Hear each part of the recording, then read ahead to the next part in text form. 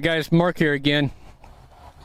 I just got done with another video with this little filly, but I was talking in the last video that before we put the saddle on, we want to make sure that everything else is solid. So the stick and rag, stick and flag, stick and sack, lead rope, all that stuff. So remember I said we're going to run through it real quick. I've got a pad and a surf single over there, and I've got all my tools right there. I've got this one in my hand. For right now, I'm just going to come in here and say, are you still okay with all this? I don't want her having any kind of surprises. And I'm going to love on her everywhere. Remember, do not hit the horse with this. If you have to disengage a hindquarter and bump them, then you can do that. But do not hit one. All right? We might come right up here and just say, hey, remember this? We did it with the stick and flag, stick and sack. Come back over here. All the way down her legs. Under her belly. Between her front legs. All right, she seems like she's all right. Headset's low. I'm gonna come over and grab my stick and rag. All right, so again, this is my next step. It flaps, but it doesn't make a whole lot of noise. But I'm gonna let her see it. She wanted to see it right there. If she wants to go ahead and nip at it, which she did right there, I'm gonna go ahead and take it away and say, no, it's not time to play. Go to the shoulder, ease my way back. Be careful when you get back here. Watch your front end. Ouch. Fell in a damn hole. Up underneath their belly, in between their front legs, up and down their front legs. Maybe come right between their ears. Do something like that. We're gonna come back over on this side, right to the shoulder to start with. Remember, she's the one that kind of wants to block me from being over here, so I just put my hand right there. All the way down, all the way up. Between her legs. Get it up there and down. All right, so we got through all that. That was with the stick and like a towel on it. All right, now we're going to use the stick and flag. This is plastic, so it does have some noise to it. Plastic or nylon. We're just going to do the exact same thing. Can we get there? Let her see it if she wants to. If this particular filly, she just wants to bite on it. Go to this shoulder since I'm over here and she had her head that way. Rub her everywhere with this one too. It has a different feel, has a different sound. And sometimes that'll bother one. And again, you guys at home, in some of the other videos that I've shown you, you might only be able to get right here with it. And your horse might go that other direction. If that's the case, go look back at the other videos and see how I kind of fix that. So I'm just going to come right back up here, and I don't sugarcoat things once I get to this point. And if you notice, I'm not holding on to her and making her stay there, trying to force a 800-900 pound animal to stand still when you're doing some things that might be a little scary to them would be ridiculous. There's no way in hell I could hold on to this horse if she really wanted to go somewhere. So I need to make sure that excuse me, I need to make sure that when I approach her with things, I do it in the right manner to build the confidence instead of scare her into submission. I'm going to go ahead and move that hindquarter a little bit. I just felt like she was kind of crowding me a little bit, so I'm going to go ahead and ask her to move that shoulder out of the way, because that's the part that'll crowd you. I'm going to go ahead and move her back over this way. Now remember, these guys have got a great ability. I'm going to go ahead and look at that hindquarter and disengage it. They've got that awesome ability to know the difference between our energy. So there she's licking and chewing, saying, hey, I'm cool with it. You're all right. You haven't done anything to me yet that scared me to the point that I don't trust you. So again, come back here again with it. I might come right up here. Be easy. Make sure not to hit them, poke them, scratch them, scare them. This is a motivator. I'm going to go to the shoulder. That's motivating. That's not scaring. And a lot of your young horses are going to be a little bit more reactive than some of your older horses. Some of your older horses, you're going to have to stand there and whack the crap out of them because they've been handled so much in the wrong way, that they don't understand what it means to move off pressure. And that's not fair to the horse, because then when you actually ask the horse to do something like move out off of pressure, you have to sit there and bang on them a bunch to get the results that you need. And for them, if you just taught them the right way from the get-go, then you wouldn't have to bang on them at all. All right, so she did that real well. Something else that we were doing too is, this can be scary to some horses. I'm just gonna go, I'm just checking all my stuff. I want to make sure that she can follow this and build some confidence. There, see how her nose dropped down there? Right there. See how she's following it? She's saying, all right. I'm curious about that. Perfect example of building confidence. Most horses, you do that, or some horses, if they're not started right, will jump backwards from that. Here's the next one, scary one.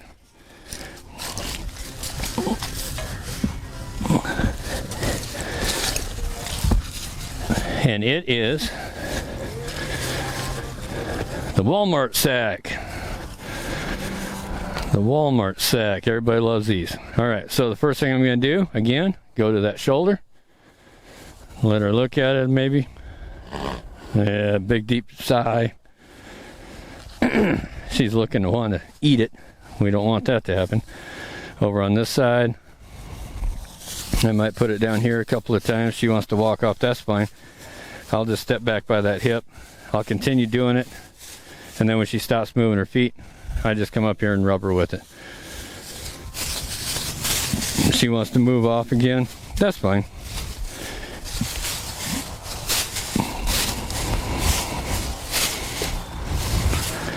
And there she quit. Come over on this side. There we go. I don't like it when she puts her nose over there and blocks me from being on one side or the other. I go over on this side, I do this, she puts her head over here. So all I'm going to do is just take my hand up here and just help her, keep her face over there. All right, good girl. All right, so we want to make sure that we can touch her everywhere with the scary one. Oh, she's trying to damn nip at it as it goes by her. Which is good. That's a confident horse. That's a hell of a lot better than one that's going to be scared to death of something like this if you're riding them. There, she's licking and chewing. She put her head way down. I'm going to make sure that I can do this up here. She kind of has a little bit of problem with that. And I think this is the third time I've done this with this sack. And then I'm going to come in here, rub her with it. They go all the way down her face. And then she looks at it. Go right back up here. Nothing to be worried about, sweetheart. She's trying to bite it every time it goes past her nose. All right, so she's cool with that. I need to be able to do it down under here. Remember, they can't see things right here, and they can't see things right here. And they can't see things directly behind them. So you got to make sure to check all those parts before you put yourself in danger by jumping on one that might be a little goofy or spooky. But again, you want one that's responsive, as well as, here I'm just going to let her feel it, there we go, as well as confident. Okay, so responsive to the same piece that I'm using to do what a lot of people call desensitizing. I don't like desensitizing because I want my horses responsive. Give her direction, give her motivation, and then I'll just hang out with her with it as she goes around there. All right, so we've gone through all the sticks and flags and strings. The last one that we need to do is our lead rope to simulate a cinch. And of course, you look back at the videos, we've already done all this. She's walking around a little bit, I'll let her stop.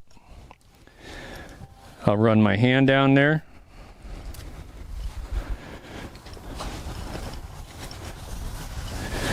Let her know that I'm coming the whole way around, and then I might pick that up, put a little tension on it. And then I might step back over here and say, hey, listen, let's go ahead and take a walk with some pressure around your belly. The last thing I want when I put that surcingle on is the first step she takes, she goes, oh, hell, wait a minute. Hell no. There's something wrapped up around my belly. And I don't like it. So then she goes to bucking. Well, then she associates something strapped around her and me to bucking. Now, of course, I'm going to do the same thing. She's grabbing the damn lead rope. I'm going to do the same thing on both sides. Anybody tells you have to do everything on the other side is flat out lying to you. Wait for her to stop moving her feet. I'm not going to put my hands there, head or hands down there at all if she's going to keep walking around.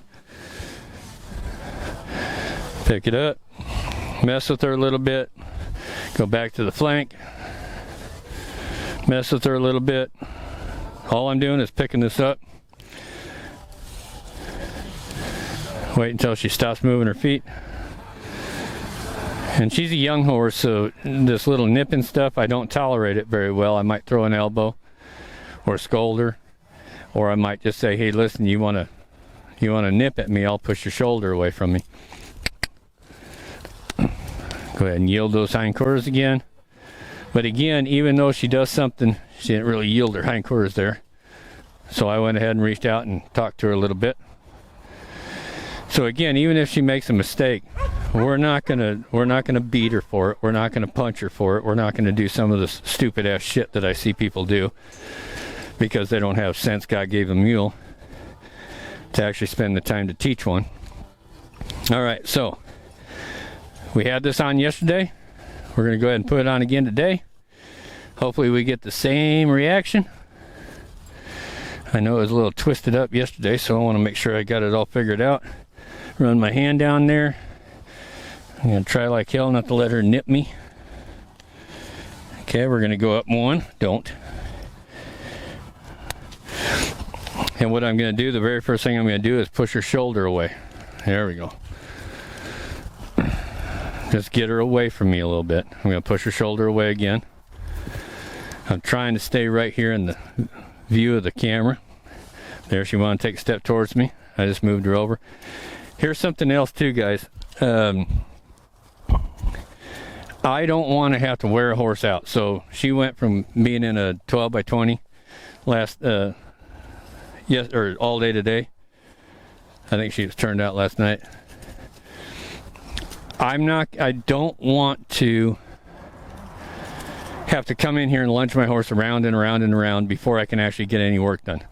I start working with a horse right off the bat, unless they've been in a stall for a couple of days or on a long trip and they're young. Oh, she had a little problem right there. I'm going to go ahead and help her. I had to get a little bit more. Remember, use as little pressure as you can. Only use as much as they make you use. So that was good right there. Disengage those hindquarters. That was good right there. She's getting real responsive. Disengage those hindquarters. Move those forequarters. Disengage. Move those forequarters. Thank you, sweetheart. Disengage. And if you notice, I don't go not very often do I go all the way around. I don't want them to get in that trance of when people lunge horses. There we go. Sweet. A lot of times when people just lunge a horse and they go round and around and around, what they're doing is they're trying to air them out so it's easier to deal with them. I want my horses thinking at all times. But when they when they get going around and around and around, you're almost programming them to do that. And what that'll do is it puts them in a trance. They really don't know you're there. They really don't give two shits. They're just going around and around because they know if they don't, they're going to get their ass whooped.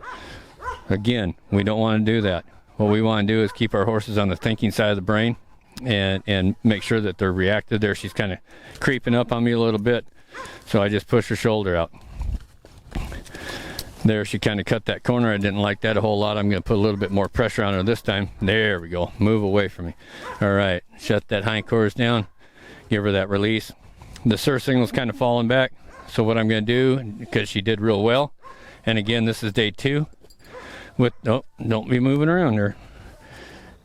This is day 2 with the surcingle, so the second time ever for that. She did very well, so I took it off of her. I'm going to do one more thing, and then after this it's going to be the saddle.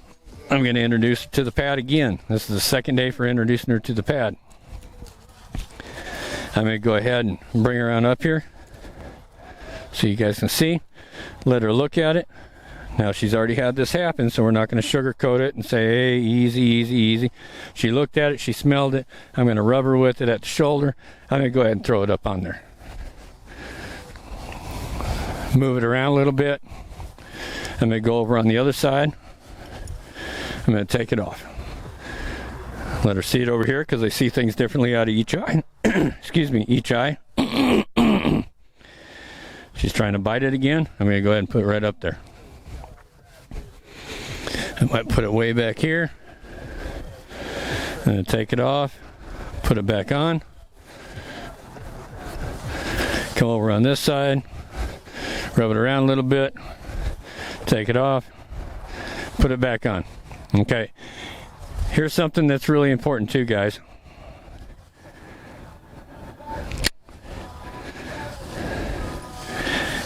The whole time I'm doing this, my lead rope has been loose. Okay, so I'm not holding her there. I see a lot of people, they do this kind of stuff. Like easy, easy, easy, hold still. Don't do that. Get to the point where your horse is confident enough to throw the stuff up and on them without you having to physically try to restrain them. Because if it comes down to it, there's no way that you're going to hold on to this horse if you're basing it on physical ability.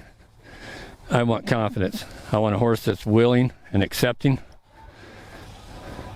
to take all this stuff. Now I might as well move her around a little bit. There, she had a little bit of a brain part. There we go. Good job, babe. She thought down to her feet. She made the right choice. I did not change anything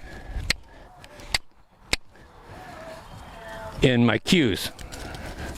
So that way I'm being as persistent and consistent as I possibly can, and that's going to make her a more consistent horse as well.